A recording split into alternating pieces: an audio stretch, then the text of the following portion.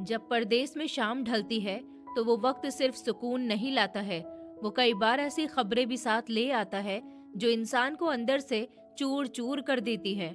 मैं भी उसी शाम दुबई के उस कैंप में लौटा था। हड्डियां तोड़ देने वाली मेहनत के बाद सीमेंट और रेत की धूल मेरे बालों, भौहों और सांसों में जम चुकी थी।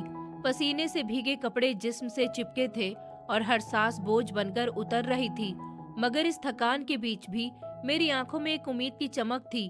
अनम, मेरी बीवी, मेरा प्यार, मेरी जिंदगी का सब कुछ, वही उम्मीद हर रोज इस जिंदगी को झेलने की ताकत देती थी। मैं नहाने गया तो ठंडा पानी जिस्म पर गिरते ही आंखें बंद हो गईं और सामने अनम का चेहरा उभर आया। वही मासूम चेहरा, बड़ी बड़ी काली आंखें जिनमें आंसू भरे थे। जब वो मुझे एयरपोर्ट तक छोड़ने आई थी, वो बार बार आंचल से अपना चेहरा छुपा रही थी ताकि मैं उसका टूटता दिल न देख लूं। उसी याद में डूबा था कि अचानक माँ का फोन आया। उनकी आवाज कांप रही थी और रोते रोते बस इतना कहा कि परवेज, तेरी बीवी भाग गई है। उस एक वाक्य ने मेरे पैरों के नीचे से जमीन खींच ली। मैं कुछ समझ ही नहीं पाया। माँ की हर बात हथौड़े की तरह सिर पर पड़ रही थी। मैं सदमे में था, होशो हवास खो चुका था। माँ ने कहा, अब तू घर आ जा, दूसरी शादी कर ले। और मैं माँ की बात टाल न सका। टूटे हुए दिल और बुझी आंखों के साथ गांव लौट आया। घर में शादी की तैयारियां शुरू हो गईं। ढोलक, रिश्तेदार, हंसी, सब कुछ था। बस मेरे अंदर अब कुछ मर चुका था। फिर वो पल आया, निकाह का वक्त। तब अचानक दरवाजे पर एक फकीरनी आ गई, मेले कपड़े, बिखरे हुए बाल, और अगले ही पल उसने मेरे पैरों को पकड़ लिया। पूरा घर सुन रह गया।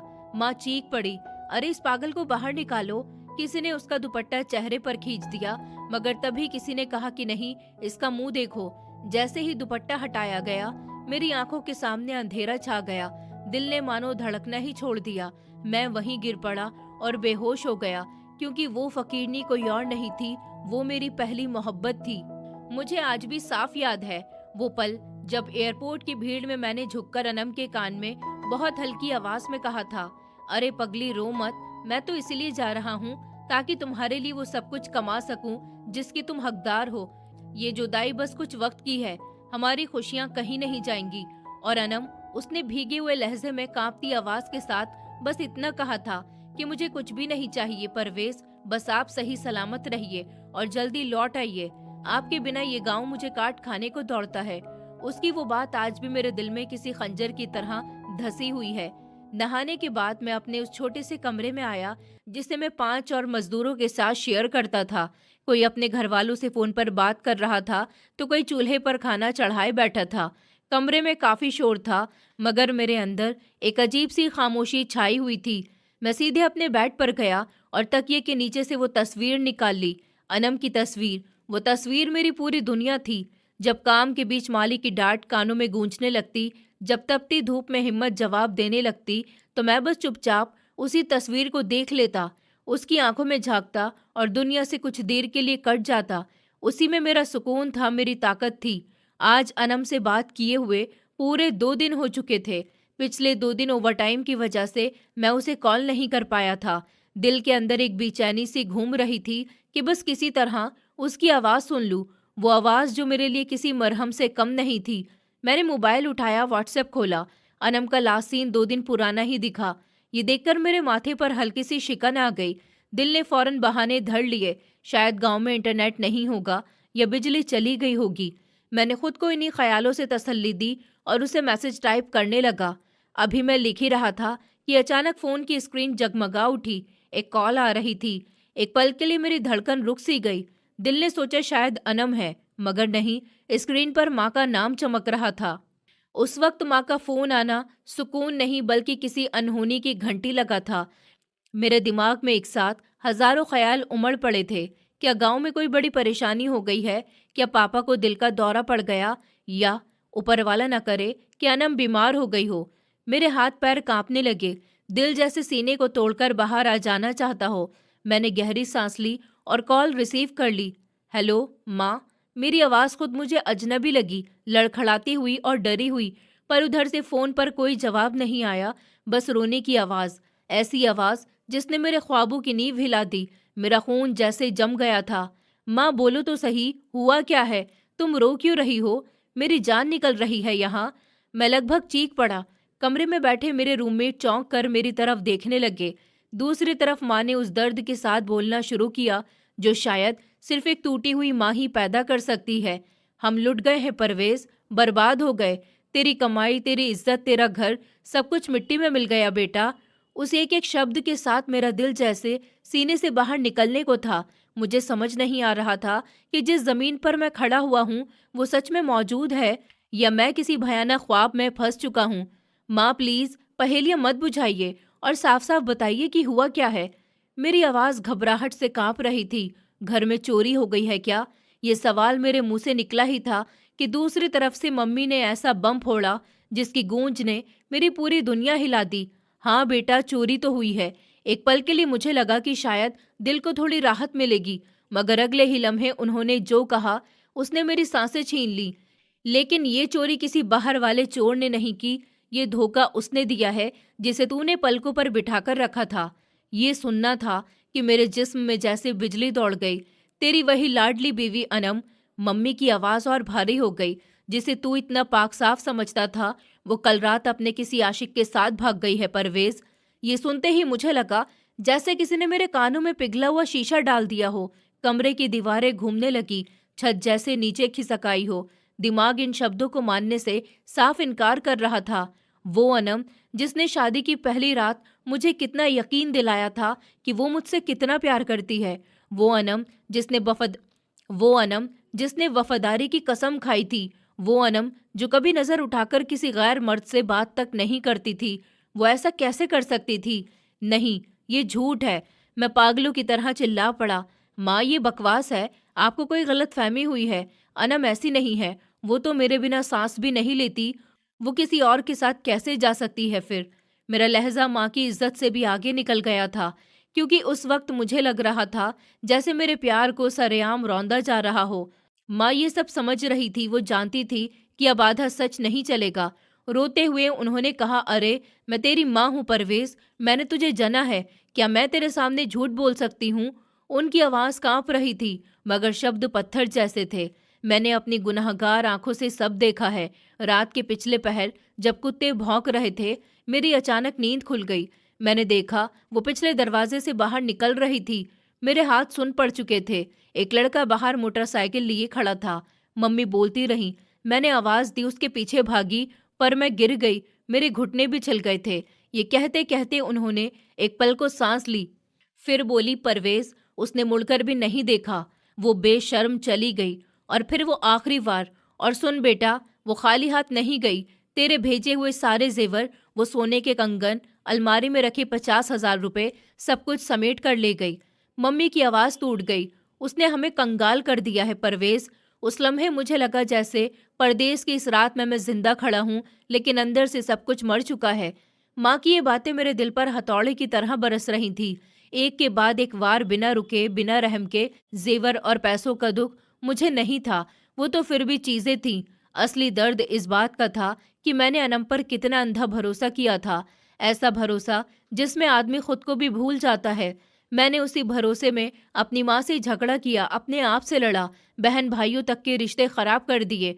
मुझे याद आया शादी से पहले माँ ने कितनी बार मुझे समझाया था कि बेटा, गरीब घर की लड़कियां वफादार नहीं होती, उनकी नज़र हमेशा ऊंची होती है, मौका मिलते ही उड़ जाती हैं। और मैंने कितने यकीन से कहा था कि नहीं माँ, अनम हीरे जैसी लड़की है। और आज वही बाट, वही डर सच बनकर मेरे सामने खड़ा हुआ था। मेरा भरम चकनाचूर हो रहा था। फिर भी दिल के किसी कोने में एक नन्ही सी उम्मीद जाग उठी थी कि शायद मजबूरी में इंसान झूठ को भी सच मान लेना चाहता है। कांपती हुई आवाज में मैंने कहा, माँ, हो सकता है वो मायके गई हो, शायद कोई इमरजेंसी आ गई हो। लेकिन माँ ने उस उम्मीद का गला उसी वक्त घोट दिया। अरे अकल के अंधे, मायके वाले तो सुबह खुद हमारे घर पर आकर हमारा गिरेबान पकड़ रहे थे। माँ लगभग चीख पड़ी। वो लोग कह रहे थे कि तुमने हमारी बेटी को गायब कर दिया, वो भी ड्रामा ही कर रहे हैं। मुझे तो लगता है ये सभी मिले हुए हैं। हर एक शब्द जहर बनकर मेरे अंदर उतर रहा था। मैंने अनम के नंबर पर सैकड़ों कॉल किए। माँ बोली, नंबर बस बंद ही जा रहा है। अगर वो सच्ची होती तो फोन उठा लेती ना, और अगर मायके जाती तो जेवर और नकद पैसे चोरी करके क्यों ले जाती। फिर एक पल रुककर उन्होंने वो बात कही जिसने मुझे अंदर से जला दिया। मैं तो पहले से ही कहती थी कि तेरी गैर मौजूदगी में वो छत पर खड़ी होकर घंटों फोन पर किसी से बात करती रहती थी। मुझे लगता था कि तुझसे बात करती होगी, पर अब समझ आया कि मैं बहू के रूप में सांप को दूध पिला रही थी, जो हमें ही डस के चली गई। मेरे पास अब कहने को कुछ भी नहीं बचा था। अयम का फोन सच में बंद था। उसका लास्ट सीन 2 दिन पुराना था। मतलब वो 2 दिन से सब प्लान कर रही थी। तो क्या वो सारी बातें झूठी थी? मुझे आपकी बहुत याद आती है। आप कब आएंगी परवेज? ये सब मगरमच्छ के आंसू थे क्या? मेरी आंखों के सामने मेरी मेहनत घूमने लगी। 50 डिग्री की तपती धूप, भारी पत्थर उठाते हाथ, पेट काटकर जोड़ा हुआ एक एक रुपया, सिर्फ इसलिए कि अनम के लिए बालियां ला सकूं, उसके लिए अच्छा सामान भेज सकूं। मुझे लगा अनम ने जेवर नहीं चुराए, उसने मेरी जिंदगी चुरा ली है। मेरी जवानी, मेरे 2 साल चुरा लिए, जो मैंने परदेश में गल सड़कर बर्बाद कर दिए थे। माँ ने जो शक का जहर मेरे कानों में डाला था, वो अब मेरे खून में उतर चुका था। प्यार धीरे धीरे वो नफरत में बदलने लगा। मेरे अंदर गुस्सा बढ़ता ही जा रहा था, हद से ज्यादा गुस्सा, और काबू से बाहर। एक पल को मेरा जी चाहा कि सामने होती तो मैं उसका अभी गला दबा देता। मैंने बेड पर रखी अनम की तस्वीर उठाई और पूरी ताकत से दीवार पर दे मारी। तस्वीर के टुकड़े टुकड़े हो गए, बिल्कुल वैसे ही जैसे मेरा दिल किरची किरची हो चुका था। कमरे में मौजूद साथी भी सुन रह गए। मैं घुटनों के बल बैठ गया और फिर मैं दहाड़े मार मार कर रोने लगा। क्यों किया तुमने ऐसा? क्यों किया अनम? मैं पागलों की तरह बड़बड़ाने लगा। क्या कोई कमी रह गई थी मेरे प्यार में?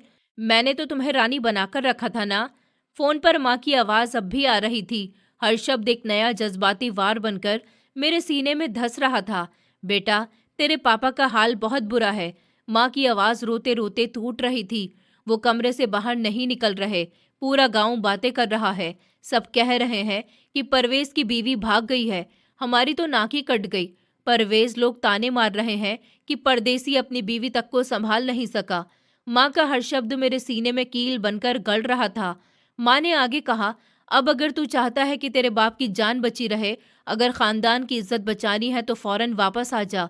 मेरे मुंह से बस एक ही सवाल निकला, वो भी रोते हुए कि माँ, मैं आकर अब क्या करूंगा? किस मुंह से गाँव आऊंगा? सब मुझ पर हंसेंगे। उस पल माँ ने फोन पर जैसे अपना असली इरादा फेंक दिया हो। उनकी आवाज में अब आंसू कम और फैसला ज्यादा था। नहीं, कोई नहीं हंसेगा। उन्होंने सख्ती से कहा कि हमने सब कुछ तय कर लिया है। तेरी दूसरी शादी कर देंगे इल्मा से। वही इल्मा जिसका रिश्ता मैं पहले भी बता चुकी थी। बहुत अच्छी बच्ची है, वो हमारा घर संभाल लेगी। मैं चुप था। उस वक्त मैं सांस तक लेना भूल गया था। माँ बस बोलती रही, जब नई दुल्हन इस घर में आएगी तो लोगों के मुंह अपने आप ही बंद हो जाएंगे। सब लोग कहेंगे कि देखो, परवेज ने उस बद किरदार को जूते की नोक पर रखकर नई जिंदगी शुरू कर ली। एक पल रुककर उन्होंने वो बात कही जिसने मुझे अंदर तक हिला दिया था। यही एक रास्ता है खानदान की इज्जत को बचाने का, वरना वरना हम सब जहर खा लेंगे परवेज। उस वक्त मेरा दिमाग किसी वीरान मैदान की तरह हो चुका था। कुछ समझ नहीं आ रहा था कि सही क्या है, गलत या प्यार, भरोसा, वफादारी। ये सब शब्द अब मुझे गालियों जैसे लग रहे थे। मुझे लगने लगा कि शायद माँ ठीक ही कह रही है। अनम ने मेरी इज्जत मिट्टी में मिला दी थी। अब अगर मैं चुप रहा तो दुनिया मुझे और ज्यादा कुचल देगी। पर अजीब बात तो ये थी कि अब मुझे अनम के जाने का गम नहीं हो रहा था। इंतकाम की आग ने मेरे आंसू सुखा दिए थे। दिल पत्थर बन चुका था। मैंने सख्त लहजे में जवाब दिया, ठीक है माँ, मैं आ रहा हूँ, कल की ही फ्लाइट लेकर आ रहा हूँ। फिर फोन कट गया और परदेश की उस रात में मैंने महसूस किया कि मैं परवेज अब वो नहीं रहा जो कभी प्यार के नाम पर सब कुछ लुटा देने को तैयार रहता था। मैं अब गांव आकर साबित करूंगा कि मैं कमजोर नहीं हूँ, मैंने सख्त आवाज में कहा था। आप शादी की तैयारी करो। इतना कहकर मैंने फोन काट दिया और फोन बंद होते ही कमरे में एक अजीब सा सन्नाटा फैल गया, जैसे दीवारें भी सांस रोककर खड़ी हुई हों। मैं बिस्तर पर आकर लेट गया, मगर आंखें बंद करते ही दिमाग में एक फिल्म चलने लगी, बीते हुए वक्त की फिल्म। अनम को पहली बार देखना, उसकी वो हल्की सी मुस्कुराहट, उसके हाथों की बनी चाय, हर याद अब सुई बनकर दिल में चुभ रही थी। मैं खुद से पूछ रहा था कि भला कोई इंसान इतना बड़ा एक्टर कैसे हो सकता है? क्या वो सब कुछ सिर्फ ड्रामा था? क्या वो मासूमियत बस एक जाल थी जो उसने मेरे लिए ओढ़ रखा था? ऐसे ही रात गुजरती जा रही थी, मगर मेरी आंखों से नींद कोसों दूर थी। कभी मैं उठकर बैठ जाता, कभी कमरे में टहलने लग जाता। मेरा दिल चाहता था कि मैं पंख लगाकर उड़ जाऊं और सीधे गांव पहुंच जाऊं और अनम को ढूंढकर उससे पूछूं कि तुमने ऐसा क्यों किया। लेकिन फिर माँ के शब्द कानों में गूंजने लगते थे। वो शब्द मेरे जो दिमाग को और ज्यादा उलझा रहे थे। एक मर्द के लिए इससे बड़ा दर्द भला और क्या हो सकता है कि उसकी बीवी किसी और की हो जाए। जब सुबह की हल्की हल्की रोशनी खिड़की से झांकने लगी, मैं अपना बैग समेटने लगा। तभी मेरे हाथ में एक छोटा सा डिब्बा आ गया, वही डिब्बा जिसमें मैंने अनम के लिए सोने का सेट बनवा कर रखा था, एक सरप्राइज जो मैं उसे दिल से देने वाला था। मैंने बहुत नफरत से उस डब्बे को खोला। सोने की चमक ने मेरी आंखों को धुंधला कर दिया था। एक पल को जी चाहा कि सब कुछ उठाकर फेंक दूं, मगर नहीं, मैंने उसे बैग के सबसे नीचे दबा दिया। शायद इसीलिए कि ये सेट मुझे जिंदगी भर याद दिलाता रहेगा कि कभी औरत पर आंख बंद करके भरोसा नहीं करना चाहिए। फिर एयरपोर्ट जाते वक्त टैक्सी की खिड़की से मैं बाहर ही देखता रहा। दुबई की ऊंची ऊंची इमारतें जैसे मुझे चिढ़ा रही हों। मुझे महसूस हो रहा था कि मैं खाली हाथ नहीं लौट रहा हूँ। मैं अपने साथ एक टूटा हुआ दिल और बिखरे हुए सपने लेकर जा रहा था। मैं वही परदेसी था जो घर बसाने के सपने लेकर आया था और आज अपना बसा बसाया हुआ सब कुछ उजड़ा देकर लौट रहा था। मगर मुझे क्या पता था कि जिस सच को मैं अपनी आंखों का धोखा समझ रहा हूँ और जिसे माँ की ममता मानकर मान बैठा हूँ, वो दरअसल एक खौफनाक साजिश है। एक ऐसी साजिश जिसकी बुनियाद मेरी अपनी ही माँ ने रखी है।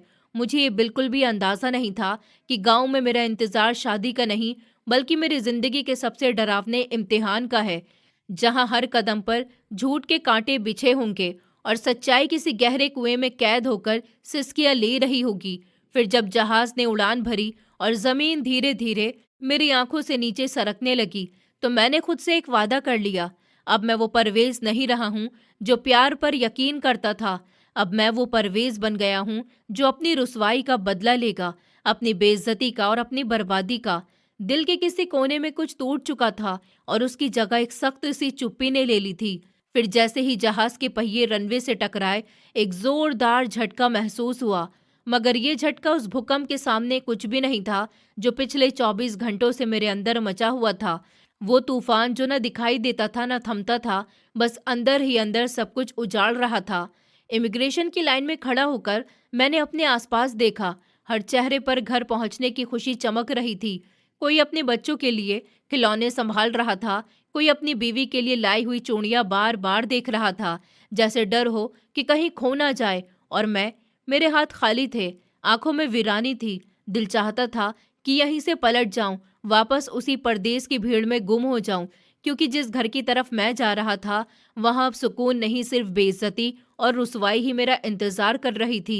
एयरपोर्ट से बाहर निकलते ही टैक्सी ड्राइवरों की भीड़ मुझ पर टूट पड़ी। कोई हाथ खींच रहा था, कोई आवाज लगा रहा था, और मैं चुपचाप किसी तरह एक टैक्सी में बैठ गया और ड्राइवर को गांव का नाम बता दिया। रास्ते भर टैक्सी के रेडियो पर चलने वाले पुराने गाने मेरे जख्मों पर नमक छिड़कते रहे। हर शब्द, हर धुन जैसे मेरे टूटे दिल का मजाक उड़ा रही हो। मैं खिड़की से बाहर देखता रहा। सड़क के किनारे भागते पेड़ वही रास्ता था। यही वो रास्ता था जिससे मैं पहले गुजरता था तो खुशी से फूला नहीं समाता था। दिल में बस एक ही ख्याल रहता था, अब बस गांव आएगा, मैं घर जाऊंगा और अनम शर्माते हुए मेरे लिए पानी का गिलास लेकर आएगी। उसकी आंखें झुकी होंगी, चेहरे पर वही पुरानी मुस्कान होगी। लेकिन आज आज वही रास्ता मुझे आग की तरह दिखाई दे रहा था।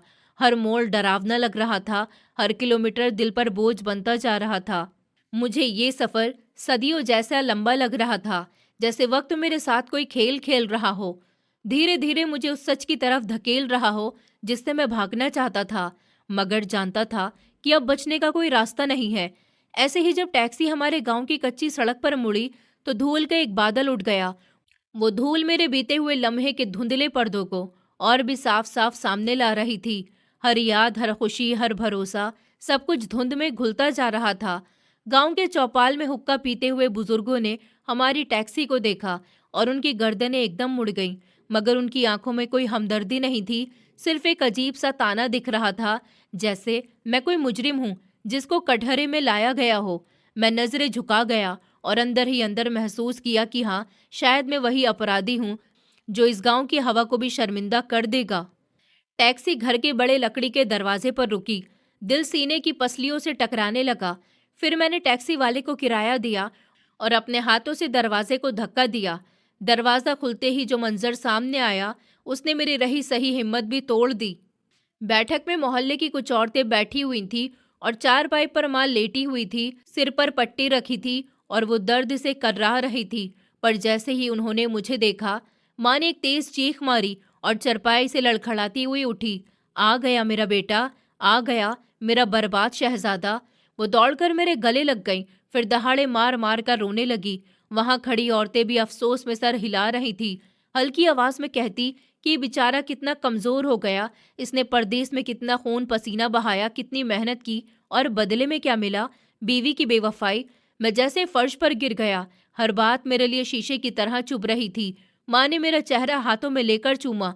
देख बेटा, तेरे जाने के बाद इस डायन ने हमारा क्या हाल कर दिया। तेरे बूढ़े बाप को देख, शर्म के मारे वो बैठक से बाहर भी नहीं निकल रहे। हमारी तो इज्जत मिट्टी में मिल गई। मेरी आंखें बैठक में घूम रही थी, कहीं उसे ही ढूंढ रही थी, लेकिन वो तो यहाँ नहीं थी। वो घर जो कभी खुशी की हंसी और चूड़ियों की खनक से गूंजता था, अब डरावना और खामोश लग रहा था। माँ मुझे खींचते हुए कमरे में ले गई, वही कमरा जिसे हमने अनम के साथ बड़े शौक से सजाया था। अब वो उजड़ा हुआ था। अलमारी के दरवाजे खुले हुए, कपड़े बिखरे हुए और जमीन पर टूटी हुई चूड़ियां भी पड़ी थीं। तब उन्होंने जानबूझकर ये मंजर वैसा ही रहने दिया, ताकि मेरे दिल में नफरत की आग भड़क सके। देख बेटा, इसकी करतूतें जाते जाते सब कुछ तहस नहस कर गई। मैंने तुझे कहा था ना कि इस कमरे में मत जाना, यहाँ इसकी मनहूस यादें हैं। उनकी आवाज में मगरमच्छ के आंसू बह रहे थे। मैं अलमारी की तरफ बढ़ा, वो दरवाजा खोला जहां मैं अपनी और अनम की तस्वीरें रखता था। सब कुछ चला गया था, सिर्फ धूल और खालीपन था। अब वो अपनी निशानियां भी ले गई है, ताकि अपने आशिक को दिखाकर हंस सके। माँ की ये ताना देने वाली आवाज मेरे कानों में गूंज रही थी और मेरे घुटनों में जैसे जान नहीं रही। मैं वहीं फर्श पर बैठ गया, अपना सर घुटनों में छुपा लिया और मेरी दुनिया एकदम खामोश हो गई। उस लम्हे मुझे खुद से ही नफरत महसूस होने लगी, अपने आप पर गुस्सा आने लगा। मैंने सोचा कि मैं कितना बड़ा बेवकूफ था, एक ऐसी औरत के लिए मर रहा था जिसने मेरे जज्बातों का सौदा कर लिया, जिसे मेरे प्यार की कद्र ही नहीं थी। रात गहरी होती चली गई, मगर मेरी आंखों में नींद का नामो निशान तक नहीं था। मैं घर की बैठक में बैठा था, खाली निगाहों से अंधेरे को घूरते हुए। तभी माँ मेरे पास आई, उनके हाथ में दूध का गिलास था। उन्होंने वो गिलास मेरे हाथ में थमाते हुए कहा कि ले बेटा, पी ले। सुबह से तूने कुछ भी नहीं खाया है, ऐसे खुद को क्यों मार रहा है? उसके चक्कर में तू जिंदा लाश बनता जा रहा है। मैंने गिलास की तरफ देखा, फिर खाली आवाज में कहा कि माँ, मुझे समझ नहीं आ रहा उसने ऐसा क्यों किया। मैंने तो उसे कभी किसी चीज की कमी भी नहीं होने दी। फिर भी माँ ने बीच में ही बात काट दी। यही तो तेरी गलती थी बेटा। उनका लहजा अचानक सख्त हो गया। औरत को जूते की नोक पर रखना चाहिए और तूने उसे सर पर बिठा रखा था। वो गरीब घर की भूखी नंगी लड़की थी, दौलत देखी तो उसका दिमाग खराब हो गया, ऊपर से जवानी का जोर अलग, और तेरी गैर मौजूदगी में उसे पूरी आज़ादी मिल गई। मैं चुपचाप सब सुनता रहा। हर शब्द मेरे अंदर उतरता जा रहा था, जैसे जहर रग रग में घुल रहा हो। माँ आगे बोलती रही। मैंने कई बार उसे छत पर खड़े होकर इशारे करते हुए भी देखा था, फोन पर घंटों घंटों बातें करती, पर मैं चुप रही ताकि तेरा घर न टूटे। तुझे क्या पता था कि वो ऐसा करेगी, अपने असली रंग दिखाएगी। मेरे अंदर कुछ टूटता चला गया, मगर मैं कुछ बोला नहीं, बस खामोशी से सब कुछ सुनता रहा। तभी बैठक के दूसरे कोने से, जहां जानवरों के भूसे का कोठरी जैसा कमरा था, एक अजीब सी आवाज आई, जैसे कोई भारी चीज जमीन पर गिर पड़ी हो। मैं एकदम से चौंक गया। ये आवाज कैसी है माँ? मैंने हैरानी से अंधेरे की तरफ देखा, मगर कुछ साफ दिखाई नहीं दिया। माँ ने फौरन बात संभाल ली। अरे कुछ नहीं बेटा, उन्होंने जल्दी से कहा, शायद बिल्ली होगी या हवा से पुराना टीन का दरवाजा हिल गया होगा। तू इन बातों पर ध्यान मत दे। लेकिन मेरे दिल की धड़कनें तेज हो चुकी थी माँ। मुझे अजीब लग रहा है, जैसे वहां कोई। मैं उठने ही वाला था कि माँ ने झट से मेरी बाह पकड़ ली। उनकी पकड़ में अजीब सी सख्ती थी। बैठ जा परवेज। उनका लहजा सख्त हो गया। सदमे की वजह से तेरा दिमाग भी चल गया है।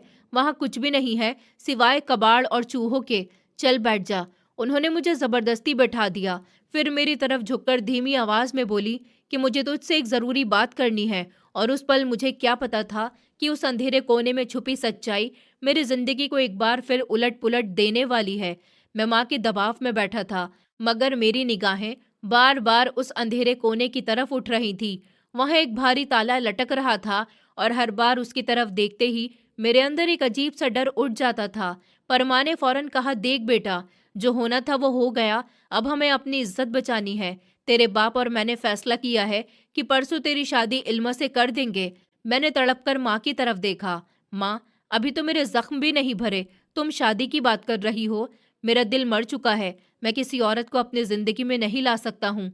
अब माँ की आवाज में सख्ती थी, पर हर शब्द मेरे मर्दाना ईगो पर वार कर रहा था। सब बातें बना रहे हैं जो हम सुनते रहे कि परवेज में कोई मर्दानगी की कमी होगी, तभी तो उसकी बीवी छोड़कर भाग गई। यही लोग कहते हैं, यही बात है। मेरे अंदर का गुस्सा भड़क उठा। मैंने कुछ नहीं कहा, बस अपनी आंखें जमीन पर जमा ली। तब माँ ने एक लंबी सांस ली और फिर कहा कि हाँ बेटा, और क्या, अगर तूने शादी नहीं की तो यही समाज तुझे दोषी मान लेगा। और इल्मा तो मेरी अपनी है, सलीकेमंद है, खूबसूरत भी है। वो तेरा ख्याल रखेगी और इस कलंक को भी धोकर हटा देगी जो अनम ने तेरे ऊपर लगा दिया है। तुझे मेरी कसम, मना मत करना, वरना मैं यही जहर खा लूंगी। मैं पहले ही टूट चुका परवेज, माँ की कसम और समाज के तानों के सामने बेजान हो गया। बस मैंने खामोशी से कहा, जो तुम चाहो करो, मुझे कोई फर्क नहीं पड़ता। माँ के चेहरे पर एक चट्टान जैसी मुस्कान आ गई और अगले ही पल वो वहां से गायब हो गई। अगले दिन से घर में शादी की तैयारी शुरू हो गई। मेरे लिए तैयारी किसी मौत की तैयारी जैसी थी। हर कोना सजाया जा रहा था, खाना पक रहा था, रिश्तेदार जमा होने लगे थे। घर में चारों तरफ जश्न का माहौल था, पर मेरे अंदर सिर्फ वीरानी और गुस्सा भरा हुआ था। और इल्मा, वो लड़की जो शर्माती हुई घर में घूम रही थी, वो सादा सी लड़की, शायद उसे पूरी हकीकत का पता नहीं था, या फिर वो भी इस साजिश का हिस्सा बनी हुई थी। मैं बैठक में पत्थर बना बैठा रहता। लोग आते, मुझे बधाइयां देते, मेरे कंधे को थपथपाते और मैं बस सिर हिला देता। मेरे कानों में ढोल की थाप, किसी खुशी की आवाज नहीं लग रही थी। हर रस्म, हर हंसी मुझे अंदर से और खोखला कर रही थी। फिर हल्दी की रात आई। जब मेरे हाथ के पोरवों में मेहंदी लगाई जा रही थी तो अचानक अनम की मेहंदी आंखों के सामने घूम गई। मुझे याद आया, उसने कितने शौक से अपने हाथ पर मेरे नाम का पहला लेटर लिखवाया था। वो मुस्कुराते हुए बोली थी, अब ये हाथ हमेशा तुम्हारे नाम से जाने जाएंगे। वो याद आते ही मेरा दम घुटने लगा, दिल जैसे सीने में फटने को हो। मैं रस्म अधूरी छोड़कर उठ गया। किसी को कुछ कहे बिना सीधा छत पर चला आया। छत पर रात का सन्नाटा छाया हुआ था। नीचे आंगन से औरतों के गीतों की आवाज आ रही थी, लेकिन वो आवाजें अब मुझे चुभ रही थी। मैंने रेलिंग पर हाथ रखा और आसमान की तरफ देखा। अनम, अगर तुम बेवफा थी तो इतना प्यार दिखाने का नाटक क्यों किया? और अगर तुम सच्ची थी तो मुझे इस तरह अकेला क्यों छोड़ गई? मेरी आंखों से आंसू टपककर रेलिंग पर गिर पड़े। तभी वही आवाज, इस बार और साफ। ये आवाज छत के पिछले हिस्से से नीचे की तरफ से आ रही थी, बिल्कुल उसी कोठरी से जिसे हमने कबाड़ खाना बना रखा था। अब ये किसी जानवर की आवाज नहीं लग रही थी, ये रोने की आवाज थी, दबी हुई, घुटी हुई, जैसे किसी का मुंह जबरदस्ती बंद किया गया हो। मेरे जिस्म में सनसनी दौड़ गई। मैंने नीचे झांक कर देखा। कोठरी की छत टीन की थी और उसमें एक छोटा सा रोशनदान खुला हुआ था। अंदर घुप अंधेरा था, मगर आवाज साफ वहीं से आ रही थी। कौन है ये? ये सवाल मेरे होठों तक नहीं आया, बस दिल में गूंजता रह गया। क्या कोई जानवर है या फिर?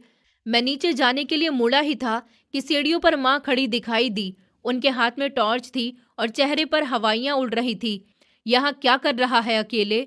उनकी आवाज सख्त थी, नीचे सब मेहमान बुला रहे हैं। मैंने उनकी आंखों में आंखें डालकर पूछा, माँ, इस कोठरी में कौन है? मुझे रोने की आवाज आई है, मगर वो भी बहुत पक्की खिलाड़ी थी। उन्होंने फौरन हंसकर बात टाल दी। अरे पगले, मैंने कहा ना तुझे, वहां कुछ भी नहीं है, बस एक पुरानी बकरी बंधी हुई है, बीमार है बेचारी, इसलिए आवाज कर रही होगी, कल उसे भिजवा दूंगी। फिर उन्होंने मेरी बाह पकड़कर कहा कि चल नीचे, दूल्हा होकर छत पर ऐसे घूमेगा तो नजर लग जाएगी। मैं उनके साथ नीचे तो चल पड़ा, लेकिन दिल के किसी कोने में वो आवाज अब भी गूंज रही थी और मुझे बिल्कुल अंदाजा नहीं था वो सिर्फ मेरा वहम नहीं था, बल्कि एक ऐसी सच्चाई की दस्तक थी जो बहुत जल्द मेरी पूरी दुनिया को उलट देने वाली थी। मैं माँ की बात तो मान गया, लेकिन दिल में एक कांटा चुभ रहा था। बकरी के रोने और इंसान के रोने में फर्क होता है और मैं ये फर्क बहुत अच्छे से जानता था। फिर भी माँ पर शक करना मेरे लिए नामुमकिन था। नीचे आया तो मेरी नजर बार बार उसी कोठरी पर अटक रही थी, जैसे कोई मुझे घूर रहा हो, जैसे कोई मेरे लिए कुछ छुपा रहा हो। शादी वाले दिन घर में माहौल किसी मेले के जैसा था। हर तरफ खुशबू, हंसी, गीत और शोर। मेरे हाथ पर मेहंदी, शेरवानी की सजावट, दोस्तों की तैयारियां और शीशे में खुद का अक्स, सब कुछ मुझे अजनबी सा लग रहा था। मैं अब वही परवेज़ नहीं था, जिसकी आंखों में कभी सपने रहते थे। अब मैं बस एक हारा हुआ आदमी था, जो अपने हालात से लड़ते-लड़ते थक गया था। बैठक में मेहमानों की भीड़ बढ़ रही थी।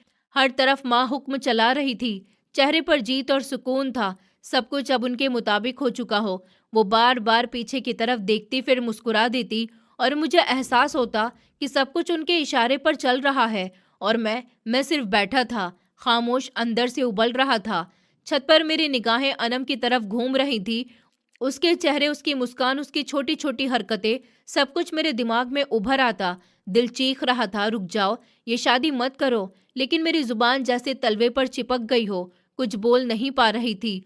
मैं माँ की तरफ देखता, उनकी आंखों में सख्ती और जीत का भाव होता। मैं सर झुका लेता। मुझे क्या पता था कि जिस दीवार के पीछे मैं बैठा हूँ, उसी घर की पिछली कोठरी में जिंदगी और मौत की जंग लड़ी जा रही है। और वो सच जिसे दबाने के लिए तमाशा रचा गया था, अब जंजीरें तोड़ने के लिए बेताब है। शादी का वक्त पास आ रहा था और उस वक्त के साथ ही वो लम्हा भी आ रहा था जो इस घर की बुनियाद हिला देगा। मैं गहरी सांस लेता हुआ खुद को उस फैसले के हवाले कर गया जो मेरे लिए माँ ने चुना था। लेकिन तकदीर मुझ पर हंस रही थी, क्योंकि मेरे लिए लिखा गया फैसला कुछ और ही था। ऐसा फैसला जो अगले कुछ ही लम्हों में सबके होश उड़ा देगा। जब गांव में शहनाइयां गूंज रही थी और ढोलक की थाप हवा को चीर रही थी, तो सबको लग रहा था जैसे खुशियों का ऐलान हो रहा है। मगर मेरे लिए ये आवाजें खुशी नहीं, बल्कि किसी अनजाने सवाल की तरह थी, जो बार बार मेरे सीने से टकरा रही थी। रोशनी में नहाया हुआ हमारा घर किसी दुल्हन की तरह सजा था। चारों तरफ हंसी, मुबारकबादें, चमकते कपड़े और मेहमानों की भीड़। सब कुछ ऐसा था जो एक शादी को त्योहार बना देता है।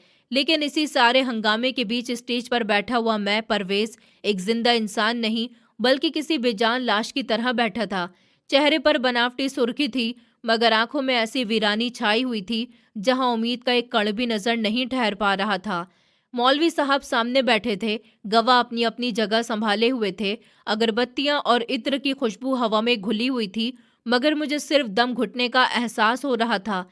दिल चाहता था कि या तो मैं यहाँ से भाग जाऊं या जमीन फट जाए और मैं उसमें समा जाऊं। मेरे सामने बैठे लोग मुझे इंसान नहीं, दरिंदे लग रहे थे, जैसे मेरी बर्बादी का तमाशा देखने आए हों। मेरी माँ रेहाना बेगम पूरे घर में ऐसे घूम रही थी जैसे जंग जीत ली हो। उनके चेहरे पर एक अजीब सी मुस्कुराहट थी, शैतानी, मगर ममता के मुखौटे में छुपी हुई। वो बार बार मेरे पास आकर मेरे माथे को चूम लेती और कहती कि देख बेटा, आज तेरी जिंदगी का नया जन्म है, तू बस पुरानी बातों को भूल जा। मगर मैं क्या भूलता। मेरी हर सांस किसी याद से बंधी हुई थी और हर याद मुझे अंदर से काट रही थी। मौलवी साहब ने जैसे ही बोलना शुरू किया, उसी पल घर के गेट पर जबरदस्त हंगामा मच गया। शोर इतना तेज और इतना गैर मामूली था कि ढोल की आवाज भी दब गई। स्टेज पर बैठे बैठे मैंने महसूस किया जैसे किसी ने मेरी नसों में बिजली दौड़ा दी हो। सारे मेहमानों की गर्दन एक साथ गेट की तरफ मुड़ गई। वहां चौकीदार किसी को रोकने की कोशिश कर रहे थे, मगर जो ताकत आगे बढ़ रही थी वो किसी तूफान से कम नहीं लग रही थी। और फिर मैंने वो आवाज सुनी, मुझे अंदर जाने दो, ऊपर वाले के लिए मुझे मत रोको। उस आवाज में गुस्सा नहीं था, बेबस चीख थी, ऐसी चीख जो इंसान की रूह फाड़ दे। मेरा दिल एक पल के लिए रुक सा गया। नजरें अपने आप गेट की तरफ उठ गईं। मुझे नहीं पता था कि वो कौन है, मगर इतना जरूर जानता था कि ये शोर किसी की खुशी नहीं, किसी की सच्चाई लेकर आया है। और उसी लम्हे बिना जाने क्यों मेरे अंदर एक डर ने जन्म लिया। ऐसा डर जो फुसफुसा रहा था कि आज जो होने वाला है वो सिर्फ मेरी शादी नहीं, बल्कि मेरी पूरी जिंदगी का हिसाब बदलने वाला है। एक दर्द भरी आवाज आई, इतनी भयानक कि पूरे माहौल में बेचैनी फैल गई। माँ मेहमानों को खिलाने पिलाने में व्यस्त थी, पर जैसे ही वो आवाज उनके कानों में गूंज गई, हाथ से ट्रे छूट गई और गिलास फर्श पर गिर गया और वो चकनाचूर हो गया। उनके चेहरे का रंग फीका पड़ गया। मैं देख सकता था, उनकी आंखों में खौफ और पहचान का डर दोनों थे। वो जानती थी कि ये आवाज इसी इंसान की है, और जिस इंसान को दबाने के लिए उन्होंने इतनी जुल्म की हद कर दी थी, आज वही आवाज सब दीवारें तोड़कर बाहर आ गई थी। अभी वो संभल भी नहीं पाई थी कि गेट की तरफ एक अजीब औरत दिखाई दी। मैं उसे देखते ही ठिठक गया। वो कोई आम औरत नहीं थी, वो किसी ढांचे की तरह लग रही थी। कपड़े फटे हुए, तार तार, कीचड़ और खून के धब्बों से सने हुए नंगे पैर और खून से लथपथ, वो बुरी तरह लंगड़ाती हुई चल रही थी। पर उसके हर कदम में एक अजीब ताकत थी। चेहरा दुबका हुआ, पहचान छिपी हुई थी, मगर उसकी आंखों में एक आग जल रही थी, एक ऐसा जुनून जो मौत से भी डरता नहीं था। भीड़ में सन्नाटा छा गया। लोग अपनी नाक पर रुमाल दबाए पीछे हटने लगे। बदबू और उसकी मौजूदगी से सब घबरा रहे थे। माँ चीखते हुए आगे बढ़ी, रुको, इस पागल को निकालो यहाँ से, ये शादी खराब करने आई है। उनकी आवाज में डर और गुस्सा दोनों झलक रहे थे। 2-3 आदमी आगे बढ़े और उस औरत को पकड़ने की कोशिश की। एक आदमी ने उसे धक्का दिया। बेचारी कमजोर औरत जमीन पर गिर गई, पर उसके अंदर जो शक्ति थी वो पहाड़ों जैसी थी। घुटनों के बल गिरकर भी वो फिर से उठ खड़ी हुई। आंखों में आग, दुपट्टे के नीचे छुपा हुआ जुनून। और फिर उसने अपनी बाजू छुड़ाई और पूरी ताकत से चिल्लाई, मुझे अपने पति से मिलने दो, मैं कोई भिखारन नहीं हूँ। उस आवाज ने बिजली की तरह माहौल में गिरते ही सबके शरीर में हलचल मचा दी। मेहमान हैरान रह गए और मैं पसीने में तर हो गया। लोग एक दूसरे को देखने लगे और मैं, जो अब तक पत्थर बनकर बैठा हुआ था, उस आवाज ने मेरे मुर्दा वजूद में जिंदगी की लहर दौड़ा दी। दिल जोर जोर से धड़कने लगा, हाथ कांपने लगे। मेरा दिमाग चीख रहा था, ये कौन है, ये कैसे यहाँ है और क्यों?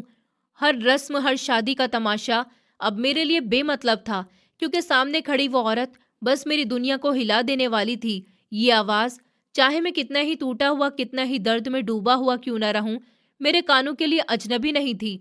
मैं एक झटके से खड़ा हो गया। दिल ऐसा धड़क रहा था कि जैसे पसलियां टूटकर बाहर निकलने को है। दिमाग में बस एक सवाल गूंज रहा था कि ये कौन है। मेरी जुबान से हल्के से ये शब्द निकला और मैं स्टेज से नीचे उतरने लगा, लेकिन तभी वो दौड़कर मेरे सामने आ गई, दीवार की तरह, इतनी ताकत से खड़ी कि मेरे पास कोई रास्ता नहीं बचा। बेटा, तू नीचे मत जा, माँ चीख रही थी। ये कोई जादूगरनी है, कोई पागल है, पैसे मांगने आई है, पास मत जाना। मैं समझ सकता था कि माँ घबरा रही है, पर मेरी नजरें सिर्फ उसी औरत पर जमी हुई थी। वो भीड़ को चीरती हुई, धक्के खाती हुई, गिरती पड़ती स्टेज की तरफ बढ़ रही थी। मैंने उसे रोकने की कोशिश की, लेकिन उसकी आवाज, उसकी पुकार, सब कुछ मेरे दिमाग को हिलाकर रख दिया था। परवेज, परवेज, मेरी मदद करो, मुझे बचा लो।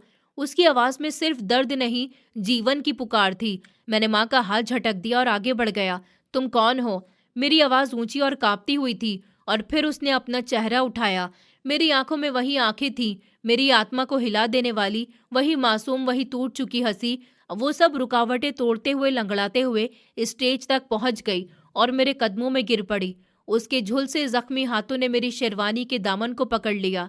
उसकी बाहें मेरे पांव से लिपट गईं और उसके होठों से हिचकियों के बीच निकला, मैं हूं, देखो, उन्होंने मेरा क्या हाल कर दिया। तभी माँ पागलों की तरह उस पर टूट पड़ी। छोड़ो मेरे बेटे को मनहूस, छोड़ दे।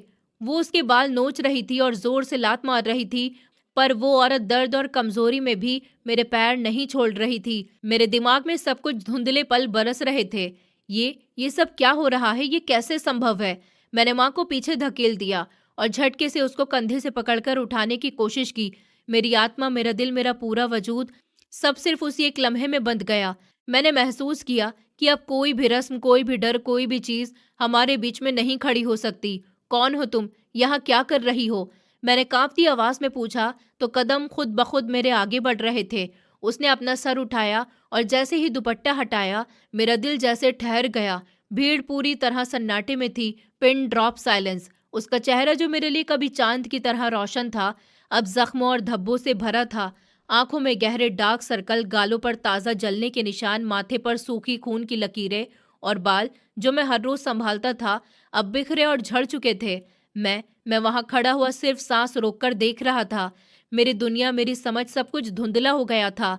ये वही थी मेरी अनम, मेरी जिंदगी की रोशनी, और अब ये जिंदा लाश मेरे सामने थी। उसने मेरी तरफ देखा। उसकी आंखों में दर्द इतना गहरा था कि मेरे अंदर की हर धड़कन चुप हो गई। आपने तो कहा था आप मुझे कभी दुख नहीं देंगे, फिर आपने मुझे इस तरह क्यों छोड़ दिया? परवेज, मैं तो आपका इंतजार कर रही थी। उस आवाज ने मेरे कानों में ऐसा धक्का मारा कि मैं लड़खड़ा गया। मेरी नजर माँ की तरफ गई, जो डर में सर झुकाए खड़ी थी, और फिर मेरी नजर पड़ी उसकी जख्मी आंखों, उसके सूखे हाथों, उसकी बुरी तरह जले चेहरे पर। सारा सच अचानक मेरे ऊपर टूट पड़ा। वो कहानी कि वो भाग गई थी, वो चोरी का ड्रामा, शादी का प्लान, सब कुछ झूठ था। बल्कि सच तो ये था कि मेरी गैर मौजूदगी में मेरी अनम पर जुल्म किए गए थे। उसे कैद किया गया, उसे पीटा गया, उसे रोते हुए मेरी मदद के लिए पुकारने को मजबूर किया गया। मेरा दिल, मेरा दिमाग, सब कुछ फटने लगा। मैंने हाथ बढ़ाया, उसे छूने की कोशिश की, पर आंखों के सामने सब कुछ धुंधला हो गया। शादी की रोशनी, हंसी खुशी, माँ का वजूद, सब कुछ घूम रहा था। सिर्फ उसकी आवाज़ कानों में गूंज रही थी कि मैं तो आपका इंतजार कर रही थी। और तभी मैं खुद को खो बैठा, स्टेज पर गिर पड़ा। अंधेरा मेरे चारों ओर फैल गया, दिल की धड़कनें तेज हो गई। कुछ देर बाद ठंडा पानी चेहरे पर पड़ा और कानों में वही आवाज़, होश में आओ, होश में आओ। तब मेरी आंखें खुली। मैं देख सकता था मेरे सर के नीचे उसका हाथ, वही अनम, वही मेरी चांद जैसी रोशनी, लेकिन आज वो बहुत कमजोर थी। उसके आंसू मेरे गालों पर गिर रहे थे, गर्म और जलते हुए, जैसे मेरे दिल को भी जलाते हों।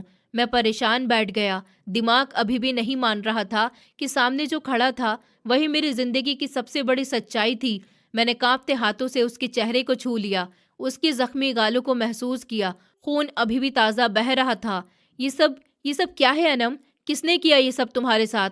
मेरी आवाज़ टूट रही थी, इतनी बेबस, इतनी दर्द भरी कि अगर पत्थर दिल होते तो वो भी रो देता। मैं उसकी आंखों में देख रहा था, वो आंखें वही मेरी दुनिया की रोशनी, लेकिन अब वो आंसू दर्द और जख्मों में डूबी थी। मैंने धीरे धीरे उसको गले लगाया। उसका शरीर कांप रहा था। वो इतनी कमजोर थी, इतनी टूटी हुई कि मैं खुद को संभाल नहीं पा रहा था। अनम, मेरी अनम, मैं यहाँ हूँ। मेरी आवाज़ टूट रही थी, लेकिन अंदर से एक ठोस इरादा जाग रहा था। अब मैं उसे कभी भी अकेला नहीं छोड़ूंगा। उसने मेरी बाजू पकड़कर अपना सर मेरे कंधे पर रखा। परवेज, मुझे यहाँ से निकलना था। मुझे डर लग रहा था। उसका लहजा टूटता टूटता हिचकियों के बीच मेरे कानों में गूंज रहा था। मैंने उसे अपने अंदर खींच लिया और धीरे धीरे कहा कि अब सब खत्म हो गया। अब तुम सुरक्षित हो। मैं तुम्हारे साथ हूँ। तुम्हें कोई तकलीफ नहीं दे सकता। उसने मेरी छाती पर सर रखा और धीरे धीरे रोना बंद किया। मैंने देखा कि उसका शरीर अब धीरे धीरे शांत हो रहा था। जितना भी दर्द था, जितनी भी बेरहमी की रातें उसने देखी थी, वो सब अब मेरे सामने सुरक्षित महसूस कर रही थी। मैंने अपने हाथ उसके जख्मों पर रखे। ये सब जो तुम्हारे साथ हुआ, ये सब मैं देख रहा हूँ। मैं अब किसी भी हाल में तुम्हें अकेला नहीं छोड़ूंगा, और जो भी लोग तुम्हें चोट पहुंचा सकते थे, उन्हें मैं कभी नहीं छोड़ूंगा। उसने मेरी आंखों में देखा और पहली बार बहुत समय के बाद हल्की मुस्कान दिखाई दी। परवेज, मुझे माफ कर दो। मैंने तुम्हें इतना डराया। मैंने सर हिलाया। डर डर तो मैंने तुम्हारे बिना महसूस किया था, लेकिन अब मैं संभाल लूंगा। धीरे धीरे मैंने देखा कि भीड़ में मौजूद लोग, मेहमान, रिश्तेदार, माँ, सब हमारे पास खड़े हैं। वो सब चौंक गए, लेकिन मैंने उन्हें सिर्फ देखा और अपने कदम पीछे नहीं हटाए। आज मुझे सिर्फ एक चीज की फिक्र थी, अनम की सुरक्षा और हमारी जिंदगी का सच। उस दिन मैंने सबको दिखा दिया कि मेरी अनम मेरे लिए कितनी कीमती है, और उसके बाद मैंने पहली बार महसूस किया, प्यार, भरोसा और हिम्मत यही असली ताकत है। शहनाइयाँ और ढोल अब मेरे लिए खाली शोर थे। मेरे लिए सिर्फ वही आवाज़ मायने रखती थी, अनम की आवाज़, उसके दिल की धड़कन। और जब मैंने उसका हाथ पकड़ा, उसकी आंखों में देखा, तो मुझे समझ आया सभी डर, जख्म और धोखे खत्म हो गए थे। हम दोनों ने धीरे धीरे स्टेज से नीचे कदम रखा। भीड़ की चुगलियों, घबराहट के बीच मेरी दुनिया सिर्फ अनम बन गई थी, और मुझे पहली बार यकीन हुआ हम किसी भी झूठ, किसी भी जुल्म और किसी भी डर से हमेशा के लिए बाहर निकल सकते हैं। बस साथ रहना होगा। मैंने अनम को अपने पीछे कर लिया। उसका कांपता हुआ हाथ मेरी कलाई से चिपका हुआ था, जैसे अगर छोड़ा तो वो फिर अंधेरे में खिंच जाएगी। मेरी आंखें अब नम नहीं थी, उनमें आग थी। मैं धीरे धीरे खड़ा हुआ और सीधा अपनी माँ की तरफ देखा। वही माँ जिसके सामने मैंने कभी आवाज़ ऊंची नहीं की थी, वही माँ जिनके झूठ को मैंने ममता समझकर पी लिया था। माँ, मेरी आवाज़ धीमी थी, लेकिन उसमें ऐसा वजन था कि पूरा घर सुन हो गया। आज सच बोलोगी या अब भी कोई कहानी बनानी है?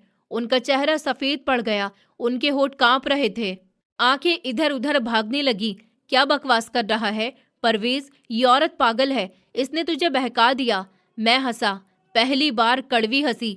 मैंने सबके सामने उस कोठरी की तरफ इशारा किया। वहां उसी अंधेर में मेरी बीवी को जिंदा दफन किया गया था। भीड़ में खलबली मच गई। औरतों के मुंह से चीख निकली। मेरा बाप, जो अब तक शर्म से सर झुकाए बैठे थे, उन्होंने पहली बार सर उठाया। मैंने अनम को आगे किया। उसकी कमजोर आवाज कांप रही थी, लेकिन सच मजबूत था।